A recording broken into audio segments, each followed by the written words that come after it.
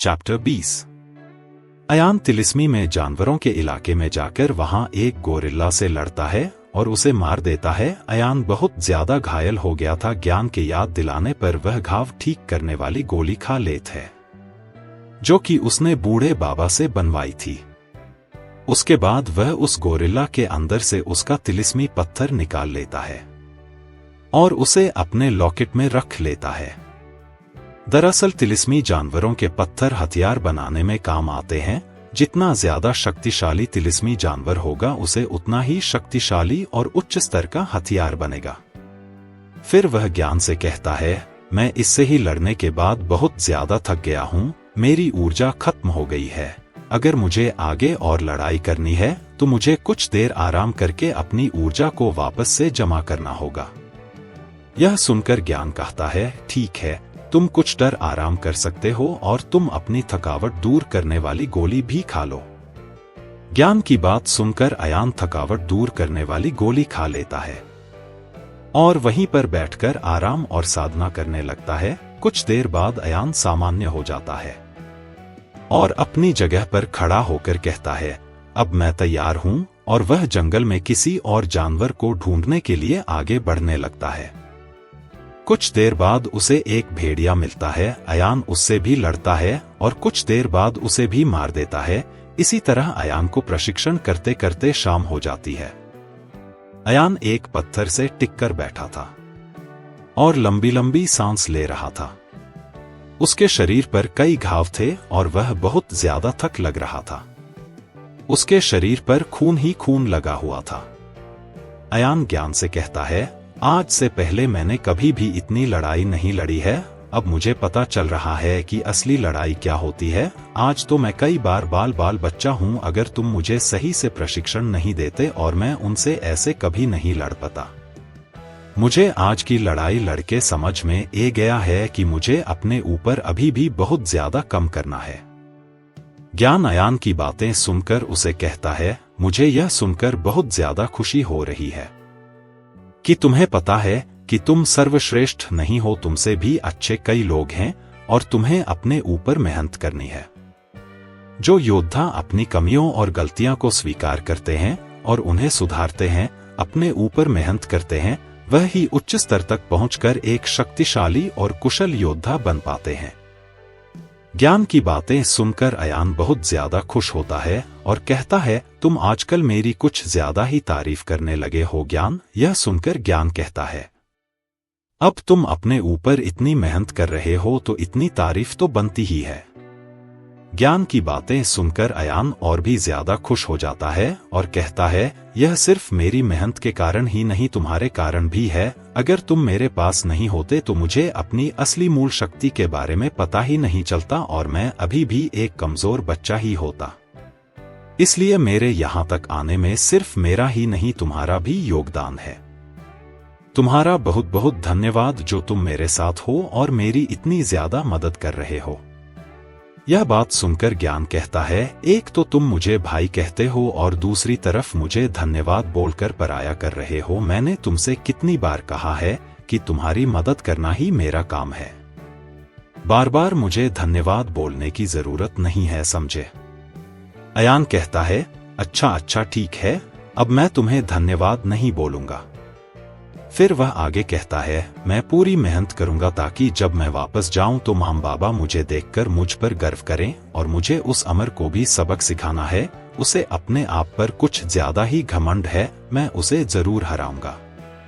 यह कहते ही उसे पुराना सब कुछ याद आने लगता है कि कैसे अमर और सब उसका मजाक उड़ाया करते थे। यह सब सोचकर अयान आसमान की तरफ देखकर कहता है, अमर कुछ समय और इंतजार करो, जब मैं आऊंगा तो तुम क्या कोई भी मेरा मजाक नहीं उड़ा पाएगा। अयान की बातें सुनकर ज्ञान कहता है, अब हमें चलना चाहिए, कुछ देर में रात होने वाली है। रात को यहाँ पर बहुत से तिलिस्मी जानवर आ जाएंगे। यह सुनकर अयान कहता है, ठीक है चलो।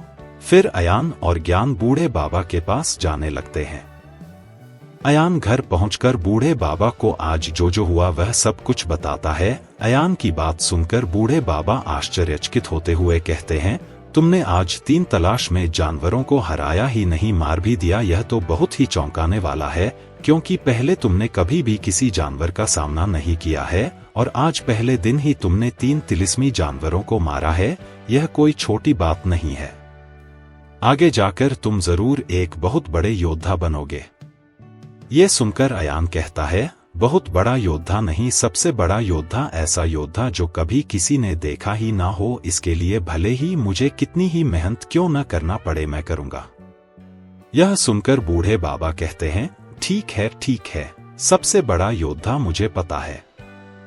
तुम जो कह रहे हो वह तुम जरूर कर लोगे, मुझे तुम पर पूरा विश्वास है। अब खाना खा लो, आज तुम बहुत ज्यादा थक गए हो। उसके बाद मैं तुम्हारे इन जख्मों का इलाज कर दूंगा। गोली खाने के बाद तुम्हारे जख्म भर तो गए हैं, पर तुम्हें आगे प्रशिक्षण करने के लिए इन्हें पूरी तरह से ठीक करना होगा। यह बात सुनकर अयान अपना सर हमें दिला देता है और फिर बूढ़े बाबा के साथ जाकर खाना खाने के लिए बैठ जाता है। खाना खाने के बाद बूढ़े बाबा अयान के जख्मों पर औषधि लगते हैं। औषधि लगवाने के बाद अयान अपनी साधना करने के लिए बैठ जाता है। अगली सुबह अयान फिर से उस इलाके की तरफ निकल जाता है और तिलिस्मी जानवरों से लड़ने लगता है। अब अयान रोज यही करता था। वह हर सुबह उठकर तिलिस्मी जानवरों के साथ लड़ता और वापस आकर अपनी साधना करता। ऐसा करते करते अयान को 2 महीने बीत जाते हैं। इन 2 महीना में अयान ने बहुत से तिलिस्मी जानवरों से लड़ाई की, जिसमें से कुछ लड़ाई में उसे वहां से भागना पड़ा तो कुछ में उसे जीत मिली। कई बार वह बहुत ज्यादा घायल हुआ और कई बार मरते मरते बचा, पर उसने अपना प्रशिक्षण रोका नहीं। 2 महीने बाद अयान एक चट्टान से टिक कर बैठा है। उसके आसपास कई तिलिस्मी जानवरों की लाशें पड़ी हुई है। उसके पूरे शरीर पर खून लगा हुआ है और वह चट्टान से टिक कर लंबी लंबी सांस ले रहा है। उसके शरीर पर भी जख्म है। अयान अभी अभी तिलिस्मी जानवरों के एक समूह से भिड़ गया था, जो कि उड़ने वाली मधुमक्खियां का था। इनका स्टार अयान जितना ही था, पर इनके सितारे अयान से कम थे, पर संख्या में ज्यादा होने के कारण अयान को इन्हें हराने में बहुत ज्यादा मेहनत करनी पड़ी। अयान ज्ञान से कहता है, मुझे इस पर्वत पर आए लगभग 3 महीने हो गए हैं और मैंने बहुत कुछ सीख लिया है। अब मुझे लड़ाई का अच्छा खासा अनुभव भी हो गया है। लगभग पिछले 2 महीने से मैं सिर्फ तिलिस्मी जानवरों से लड़ाई करता जा रहा हूँ। मैंने अपने 2 सितारे और बढ़ा लिए हैं। मैं अब प्रथम स्तर 5वें सितारे से 7वें सितारे पर आ गया हूँ और जल्द ही 8वें सितारे पर पहुँच जाऊंगा। तुम्हें क्या लगता है, अगर मैं इसी तरह से प्रशिक्षण और मेहनत करता रहा तो मैं उसे अमर के स्तर को मिल पाऊंगा? अयान की यह बात सुनकर ज्ञान कहता है, बिल्कुल तुम उसका स्तर मिल पाओगे, क्योंकि तुमने पिछले 3 महीने में अपने 3 सितारे बढ़ा लिए हैं। यहाँ आने से पहले तुम प्रथम स्तर के 4थे सितारे पर थे, पर अब 7वें सितारे पर आ गए हो। यह स्तर बढ़ाने की गति कोई मामूली गति नहीं है। कई योद्धाओं को प्रथम स्तर पार करने में 2 से 3 साल का समय लगता है, पर तुमने 3 महीने में ही प्रथम स्तर के 3 सितारे प्राप्त कर लिए हैं। तुम्हें चिंता करने की जरूरत नहीं है। अगर तुम इसी तरह से मेहनत करते रहे और सही से प्रशिक्षण करते रहे तो तुम उस अमर के स्तर को मिल पाओगे और एक कुशल योद्धा बनोगे। यह सुनकर अयान मुस्कुराते हुए कहता है, तुम ठीक कह रहे हो ज्ञान, मैं उसके स्तर को जरूर मिलाऊंगा और उसे जरूर हराऊंगा। इतना कहकर वो घर की तरफ चलने लगता है, पर तभी उसे अपने पीछे कुछ महसूस होता है। जैसे ही अयान पीछे मुड़कर देखता है, वह चौंक जाता है और कहता है, ये क्या है? अयान के पीछे कुछ दूरी पर एक बहुत बड़ी मकड़ी खड़ी हुई थी। उस मकड़ी को देखकर अयान ज्ञान से कहता है, ज्ञान, उसका स्तर मुझसे ज्यादा है, शायद यह मनोस्तर के दूसरे सितारे पर है, मैं इसकी शक्ति महसूस कर सकता हूँ। यह कहकर अयान वहां से भागने के लिए मुड़ता है, पर जैसे ही अयान वहां से भागने लगता है, वह मकड़ी अपने एक पैर से अयान पर वार कर देती है।